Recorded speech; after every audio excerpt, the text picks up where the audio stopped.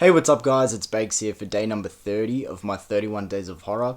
Today's movie is one I actually wasn't planning on watching, and what I mean by that was originally I was going to watch World War Z, and I was actually about 15-20 minutes into the movie, and then my disc started fucking up and skipping and pausing and all that good shit, so I was like, well, gonna have to watch something else. And I actually don't know why this movie jumped out to me, but I was like, you know what? Gonna watch The Green Inferno from 2013, directed by Eli Roth. It has been a long time since I last checked this one out. But I thought it was a weird one to jump out to me because, as I said, I was in the mood for World War Z, a zombie infection film, and decided to go with the cannibal flick. But either way, The Green Inferno, as I said, from 2013, directed by Eli Roth. Before I get into my thoughts of this movie, as usual, I'll quickly get into the plot. So we have a group of activists who head off into the Peruvian jungle to save this area that is getting mowed down, bulldozed and everything, that's home to this tribe. On their way out, their plane has an accident, they crash, and they get taken in by one of the tribes who also happen to be cannibals. And I'm going to sort of leave the plot there, so let's get into my thoughts of 2013's The Green Inferno. Now, for a jungle cannibal movie, this might have some of the similar beats that you'd come to expect from a movie like this. And what I mean by that is you've got these American activists going into the jungle and coming across this other culture and sort of pushing our ways onto them and sort of expecting everything to be fine and having no repercussions because of it. When actually in black and white, these tribes people, the jungle is their home and these American activists are sort of invading it. And they're doing their day-to-day things and things that they would consider normal, and these activists are looking at them like these savages, they're so uncivilized, when actually, as I said, these are the people who are invading their homes and their space, and it's sort of got that thing going for it, but it's not the forefront of the story either. And I wouldn't per se call this movie a anti-activist film, but it definitely enjoys poking fun at the whole idea of what an activist actually does, and it's willing to point out the plot holes of the whole idea of being an activist. But the way I'm making it sound, this movie actually isn't very political at all. It's not trying to push this major political agenda. It does want you thinking, but it's not pushing it right down your throat or anything. If I have to sort of capture the vibe of this movie, it's just trying to have fun and trying to really entertain you with what a cannibal movie can be. There's a whole plot point in this film where the tribespeople get high and literally get the munchies. That's a plot point of the movie. So it's actually not taking itself overly too seriously as much as I sort of made it sound overly political or anything. For a cannibal movie that everyone's really happy to talk about while saying how brutal and disturbing it is, and don't get me wrong, it definitely does get really brutal and disturbing, but there's actually a decent amount of humour in this movie as well. Now, don't get me wrong, not everything lands, and I don't think the humour in this movie is incredible, but I'm sure a lot of people are overlooking how much humour is actually inserted into this film as well. So cannibal movies are pretty well known for their kills and gore effects, so I guess we'll get into that now. And as you would kind of expect, the kills in this movie are fairly brutal. There were moments, one in particular that comes to mind especially, where I was actually feeling a bit sick while watching it. It was making me cringe, I was covering my mouth, I was definitely squirming for sure. As I said, this movie definitely has brutal kills, and I feel like for the most part they're pretty effective. There was one in particular that comes to mind at the moment, where I really liked the idea of it. It was just more so the execution. It had something to do with ants, but the ants were like really bad CGI. So I actually really liked the idea and the creativity of it, and trying to put out a variety of different ways these activists are getting picked off. But as I said, just the use of these CGI ants took me out of it a little bit. But overall, as I said before, I feel like the kills are still pretty effective. But the most brutal kill for sure, which is the one I briefly brought up just then, was when they first get taken in by the tribe and their first victim.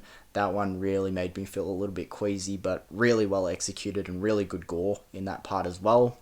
Now, I do feel like some of the acting in this movie is kind of weak, just poor delivery of their dialogue, and it seems like some of the actors in here just don't want to be here and they're not really giving it their all.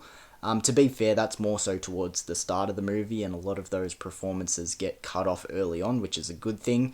But to be completely honest, the whole first act of this movie, before they go into the jungle or leave anywhere, is kind of whatever to me. It's not really overly interesting. I'm not fully invested yet. But from then on, when they do arrive in the jungle, I'm fully hooked in.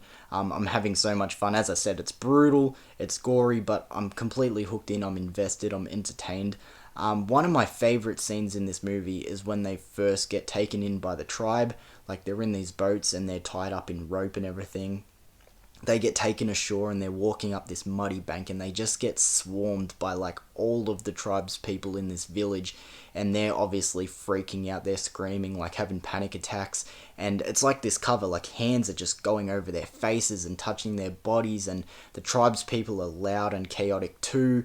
There's just so much noise and touching, it's just pure chaos, but it's one of my favorite scenes in this movie because it is just genuinely so freaky, and as I said, they're tied up, they have like no control of what's going on and you would be freaking out. I just love that scene in this movie.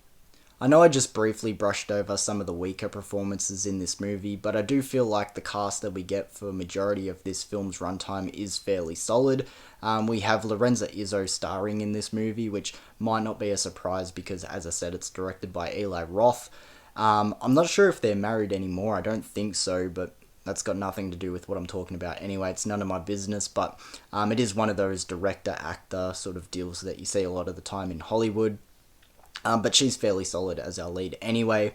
We have Junie from Spy Kids in this movie. I forget the actor's name, but it was nice to see a familiar face in this one, especially because it was Junie from Spy Kids. Just the most unexpected person you sort of expect to see in a cannibal film, but I'm not sure if it was just purely because he was a familiar face, but I really liked him in this movie. He gave me one of my favourite lines, which is where he's getting pulled apart by the cannibals and he says, "Oh, they've got the munchies." I just love it. The delivery is so fucking awesome, even though, such a brutal thing happening to him, but it does honestly make me laugh, that line. The tribes people in this movie are actual tribes people native to the jungle in which this movie is being filmed, which I think is like really fucking awesome. I love how it gets them involved, and you watch the behind the scenes of this movie and the tribes people are clearly having so much fun, and it's really awesome to see because this film being made is obviously really fucking foreign to them because, as I said so many times, they are legitimate tribes people. But you can see them getting involved and having fun, and there are actually moments in this movie where like they're in the background and they're smiling and laughing, and it's in scenes where they're probably not being asked to smile and laugh, but you can just tell they're having so much fun, and it actually doesn't take me out of the movie because it just makes me happy. I'm like, oh my god, these tribes people that having a legitimate once in a lifetime opportunity that they wouldn't have even fathomed ever happening to them, and they're just having a ball, which I really fucking love.